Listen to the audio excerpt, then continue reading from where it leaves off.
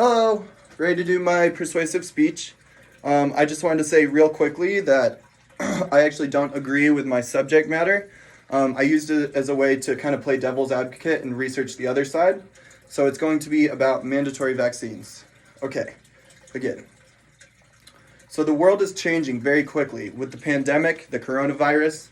It's a very uncertain time with quarantines and lockdown. But what I see from this is that we want to look towards the future for the betterment of everybody, not just ourselves. We see it with the masks, we see it with our neighbors, everyone's starting to take care of everybody. And I think it's interesting to see how this will carry out in our society into the future.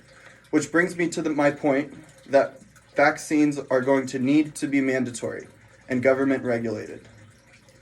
So first I'd like to go into the success rate of vaccines. So according to the World Health Organization, obviously vaccines are not 100% successful, but it is 85 to 95% successful at stopping the spread of these diseases. The CDC said that 21 million a year and over 700,000 deaths have happened in the last 20 years. So that is incredible numbers for diseases that can be treated with these vaccines. According to chop.edu, 1.5 million die from preventable diseases every year that could be prevented by these vaccines. Now, those are incredible numbers. If you think about how many people are affected, hospitalized by these diseases, how many families are torn apart by these diseases that are all preventable from 85 to 95%. Next, I'd like to go into a success story of vaccines. So in 1751, Francis Home discovered the measles, discovered that it lived in the blood. It's a virus or a spreadable disease. And then in 1912, moving on years and years later, it was changed into a notifiable disease, meaning that doctors needed to report it whenever someone came down with the measles. So since then, pre-vaccine, over 3 to 4 million were infected a year. About 500 children, usually children, school-age children, died a year, and 1,000 people suffered from brain swelling. In 1978, this is shortly after the vaccine was created, the CDC made a goal to eliminate it by 1981. So they didn't reach that goal, actually, to eliminate measles completely, but they did get it down 80%. That's huge. 80% in 3 years, 4 years.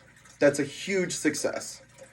By 2000, the measles was considered eliminated, meaning that there hadn't been a reported case in 12 months in the US. So going from millions and millions of people being affected by this disease every year to none reported in a 12-month period is absolutely incredible and a success story for vaccines. So most of the outbreaks since then have been children, usually school age, and all of them are unvaccinated. That's what keeps coming up, is that it's the children who are not vaccinated that are spreading these diseases to other children that are not vaccinated. That's been the case in every measles outbreak since 2000, when we eliminated the measles. So next I'd like to talk about herd immunity. So this is basically when a large group of people, a large population of people, become immune to a disease, usually by vaccination, and that disease can no longer be spread. It won't be spread even to the people who are unvaccinated because no one's carrying it anymore. The whole herd has either gotten the vaccine or become immune so that it can no longer be spread in the population. So one of the biggest things that's holding this back is conspiracies. It's people who don't believe in the science. It's people who haven't read the papers. They haven't done the research.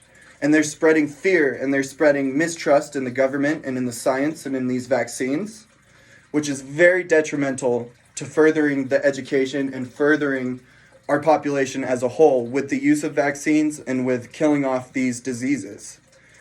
But that's why my biggest argument is it needs to be mandatory, because we can't convince people.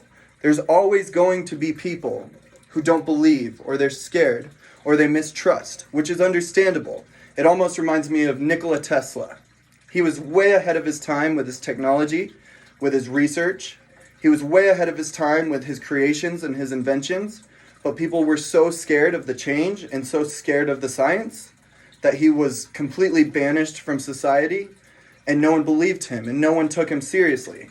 If you imagine how far we could be if we had used Nikola Tesla's inventions and if we had continued his research and supported him, our society could be way farther in electricity and in innovation than it is today.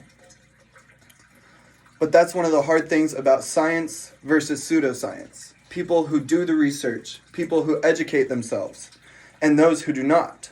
Those who believe in the fear and those who believe in the mistrust. And that is my biggest reason that vaccines need to be mandatory.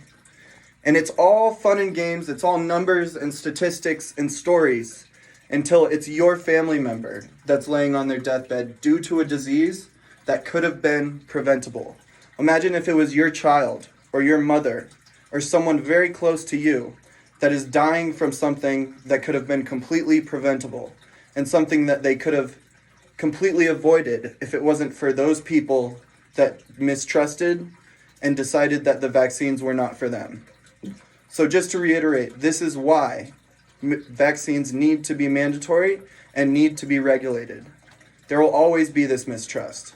But if we're going to move better, we're going to move brighter, and we're going to move into the future as a group of people, as a civilization, and we want to eradicate these diseases that are destroying lives and destroying families, then it's very obvious to me that the only way is that vaccines become mandatory and regulated by the government. This will lead us to a brighter, healthier, and better future. Thank you.